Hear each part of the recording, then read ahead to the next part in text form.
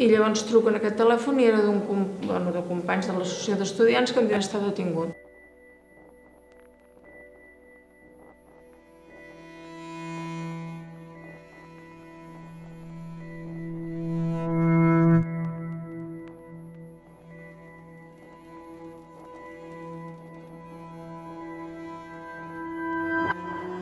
Estava ell sol amb 2 furgones de Mossos, aterrat.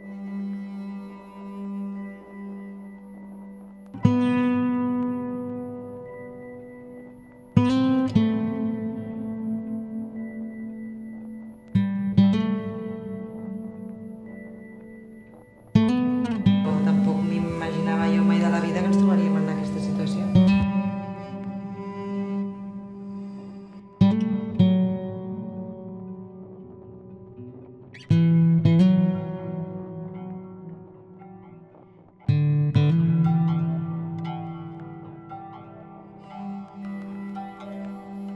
De quina manera els estan tractant i a sobre et diu que ingressa a la presó.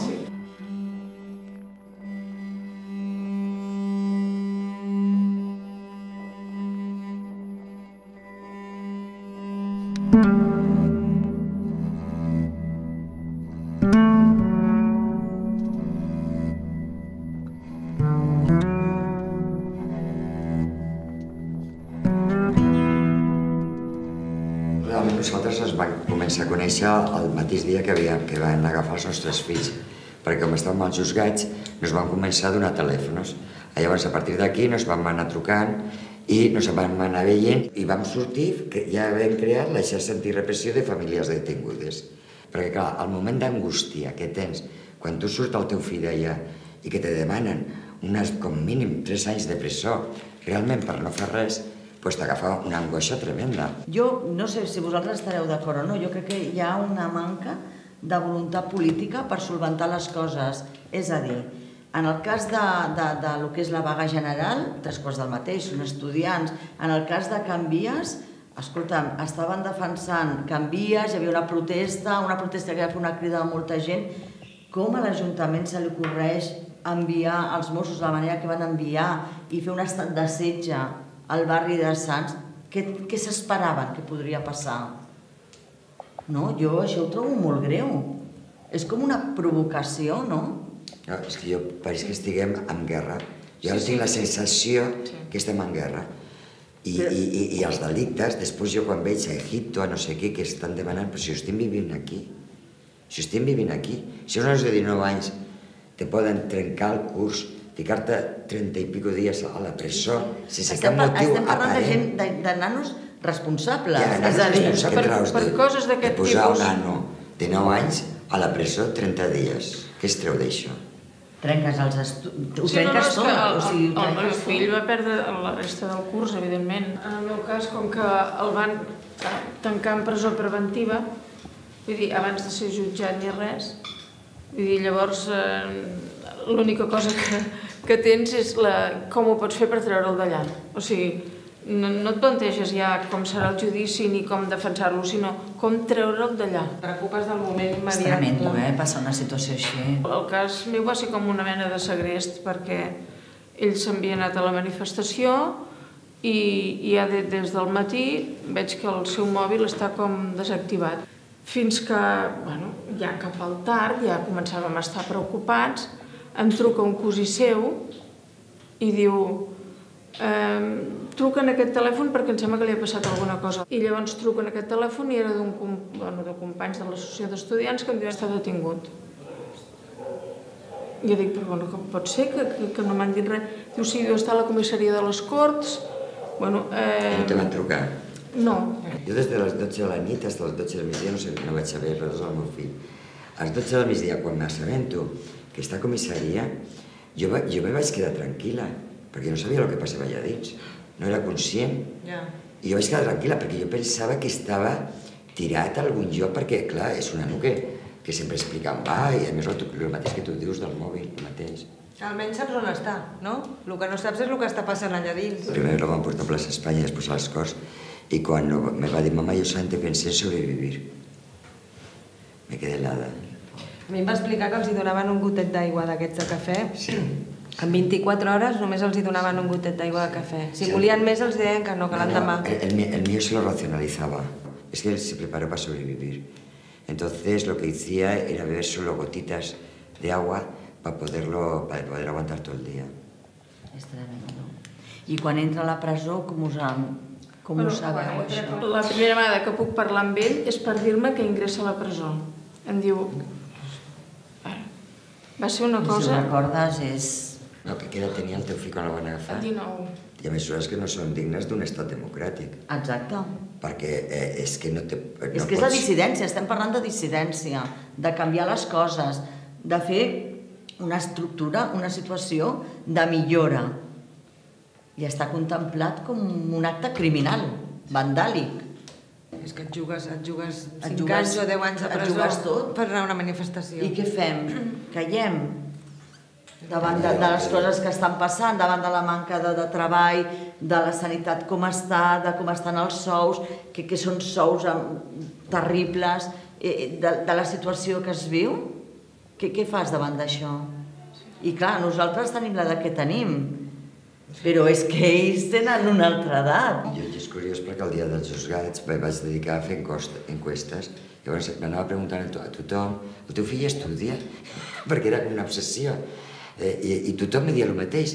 Tots els nanos estaven estudiant, havia una que estava preocupada perquè tenia un examen i com estava allà a la Ciutat de Justícia no podria anar aquell dia a un examen que tenia. Sí, la meva filla està a la universitat també, està fent segon, està fent educació social, està en un esplai, els dissabtes va fer de monitora, justament la van detenir amb 5 monitors junts, que van anar 5 junts de l'esplai, i bueno, sí, està preocupada per la situació actual i implicada i s'implica amb les coses, però tampoc m'imaginava jo mai de la vida que ens trobaríem en aquesta situació. I a la teva quan li demanen? 5 anys i 10 mesos. I per què? Doncs per lo mateix, per Resistència. resistència, per llançar pedres, per diverses coses. 5 anys i 10 mesos. És molt fort. Què dius? És una barbaritat, però és que ni que siguin... No, És que ni que fos sigui molt menys. un any, és que No, tot és una el meu fill barbaritat. hasta l'acusaven d'anar vestit de negre. Si són menys de 2 anys, no entren a presó. Dius, vale, mira, no entren a presó. Però clar, els hi queda... La meva filla està estudiant, per exemple, educació social. Bàsicament és treballar per l'administració. I llavors et queden a l'expedient que tens uns mesos allà pendents i per l'administració ja no pots treballar.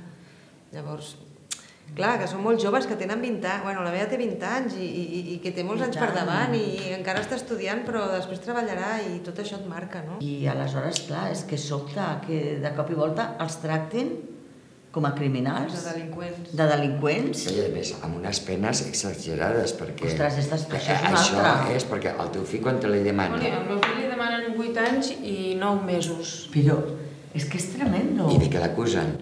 Pues d'un munt de coses, des d'atemptat amb instrument perillós, no se sap de què. Entre altres coses l'acusen d'haver tirat pedres a la Guàrdia Urbana, quan ell ni tan sols estava allà. Els acusen de tot el que va passar en conjunt a la zona universitària. O sigui, tots els fets que van passar, segons això, els van fer ells. Van voler perquè al nano li demanaven 2 anys i 9 mesos de presó. En un moment, quan va sortir el primer dia, me diu, mamá, es que me pueden meter en la cárcel. Claro, sí. ¿Qué es lo que te ha pasado a ti? Que yo te dije, bueno, no estás. Venga, tiramos para adelante. Y luego el momento es quitarte toda aquella angustia, porque tener angustia antes de que pasen las cosas es una doble pena. I pel judici no t'ajuda gens. No, entonces por eso te digo que yo, con mi madre, para distraerla, le dije, haz pasteles, porque así pensé. Y entonces hicimos una cena en casa. Vale. O sea, Bueno, a mi també em passa això.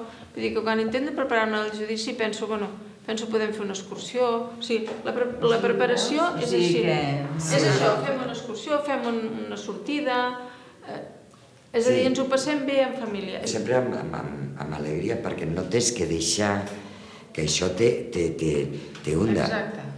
Has de mantenir l'ànim, o sigui, perquè per animar també l'altra persona. Per exemple, quan l'anàvem a veure a la presó, doncs, a veure, havies de donar-li... Bueno, creies que havies de donar-li ànims, tot i que moltes vegades era al revés, sí que s'enforteixen molt els lligams. Jo també estic d'acord.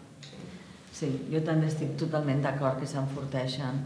Jo, el primer, sí que és veritat que igual quan et ve una notícia així, això, penses, ostres, què ha passat, no? Què ha pogut passar? Però després et dones compte, no?